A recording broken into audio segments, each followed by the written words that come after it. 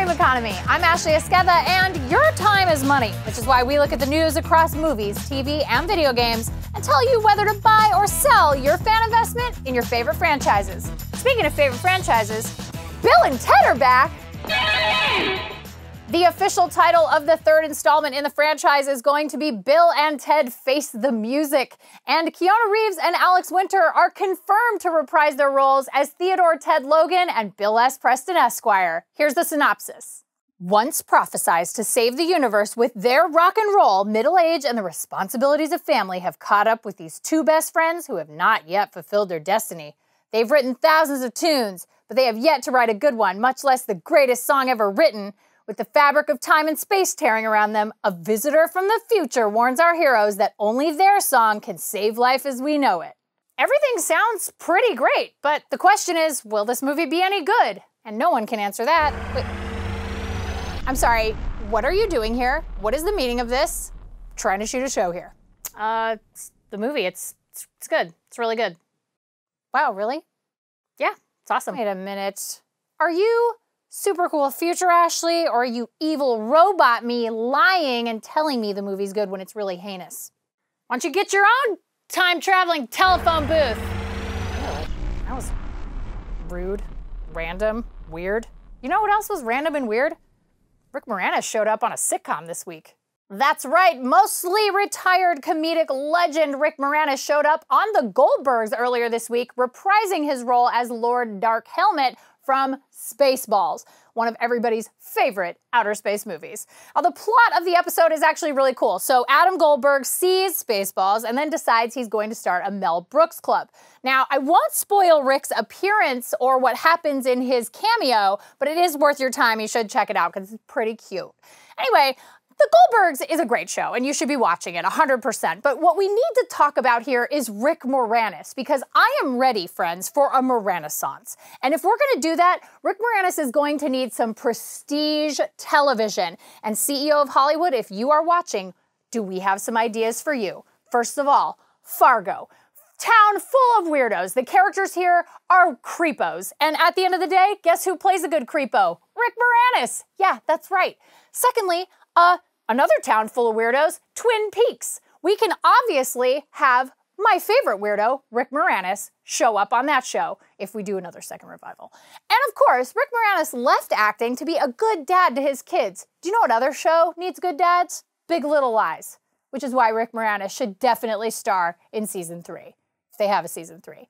But at the end of the day, I think we can all agree that we need to buy Rick Moranissance because he is a legend. We miss you, buddy. You guys out there, go out there, watch all the classics, get your Honey, I Shrunk the Kids. You gotta get your Ghostbusters 1 and 2. And of course, you gotta watch Spaceballs. Rick Moranissance, you're the best. All right, guys, we gotta move on from TV to video games. Nintendo Switch Online has more information.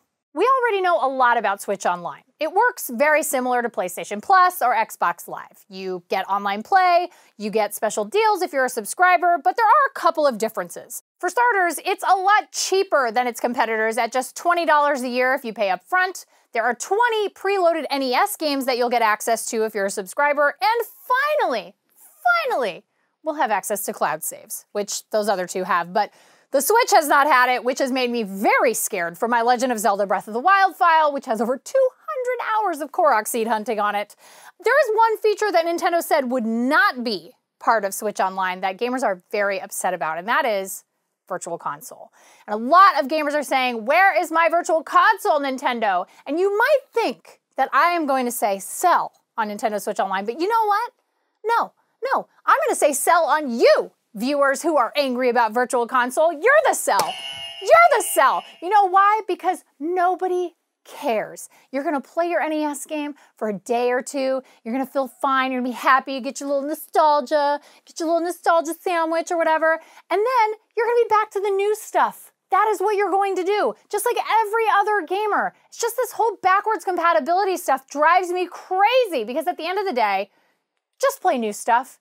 And let Nintendo develop weird, cool things for us to use. Like Nintendo Labo, for example, which is a whimsical cardboard set that kids can put together and jumpstart their little imaginations. And you know who bought a Nintendo Labo? Mark Serrels. he bought it for his kids, and he had a lot of really nice things to say about it.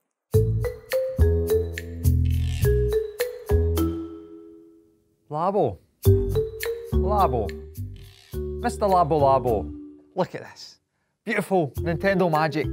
Kids wearing backpacks, kids playing to fish. You know, you make stuff out of cardboard, you draw on it, you put on the wee sprinkles. My kids, I'm going to relive my old childhood with my beautiful kids. It's going to be a, oh man, I can't wait. I can't wait. But no man, that's not what Labo is. Labo's a nightmare, a waking nightmare. Do these people not have kids? Do they even have kids? I don't think so, because when Labo in real life, no man.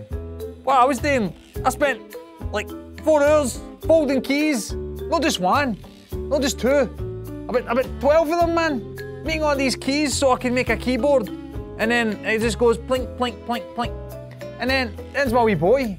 He's like, Daddy, can you not go faster? How long is this going to take? I'm like, wee man, 5 minutes ago I was wiping your arse in the bog, and now you're telling me I need to f***ing, you know what I mean, speed up with the keys? Are you going to do it? Can you do it? You can't even wipe your own arse. And then, my other wee man who's 2, he was just stopping my boot because he's only 2, and then like 5 minutes later after I built the keyboard, he just ripped it in 2. What the f? Gonna no do that? Gonna no rip up the keys when I spent all day trying to make them, and then I was wiping that guy's arse, and then he's like, where's my keyboard? It's all broken. Mr. Labo Labo? Nah man, Labo's rubbish man. Nah, I don't want it. No thanks. Sorry, Labo's Ladies and gentlemen, are you ready? It's robot fighting time! We're here at an undisclosed location in Southern California, and we are checking out behind the scenes for BattleBots. Yes, it's all the robot fighting you've ever wanted, and it's going to be coming to Discovery Science in May.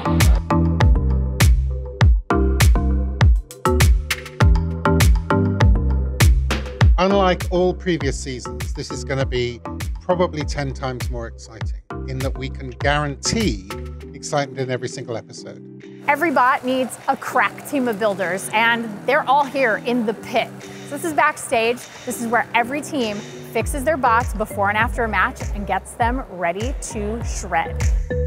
What is the one thing that fans don't necessarily get to see that you wish they knew about being a builder in BattleBots? There's a great deal of skills you learn and you pick up along the way. It's an amazing amount of stuff you learn every time you show up. There's a tremendous amount of camaraderie in the pits. So we're all friends sort of at home, in the shop. In the arena, we're trying to destroy each other. So we're constantly borrowing parts, even if they're very expensive, doing favors for each other. Because we're all sort of in it together. We all like building things. We're helping each other out. How much work actually goes into making the bots, and how quickly the turnaround time is for these guys in order to get their bots prepped for the next match. I mean, a lot of these bots literally get destroyed and they have to do complete rebuilds, and it is on such a short time schedule for them. What is the worst thing you have said to your robot? Usually some string of profanity. Often just banging into a corner on the side. So I'm sure I've sworn when I get hurt sometimes. Goddamn piece of shit. That sort of thing. We'll bleep that. We'll bleep that. Okay, yeah. The day is over, the fights are done. Some of the robots will live to fight another day, while others aren't as lucky. But one thing's for certain, these builders have worked incredibly hard to get here, and that in itself is a victory. You can check out BattleBots this May on Discovery Science.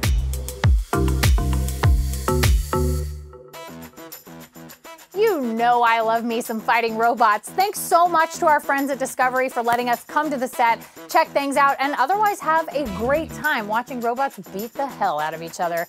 Well, that's it for us here at Stream Economy. Next week, we're going to be taking a field trip to RuPaul's Drag Con. You don't want to miss that. Of course, feel free to like, comment, subscribe, and ring the bell so you get notifications. We definitely want you to do that. Also, it just makes me feel good on the inside.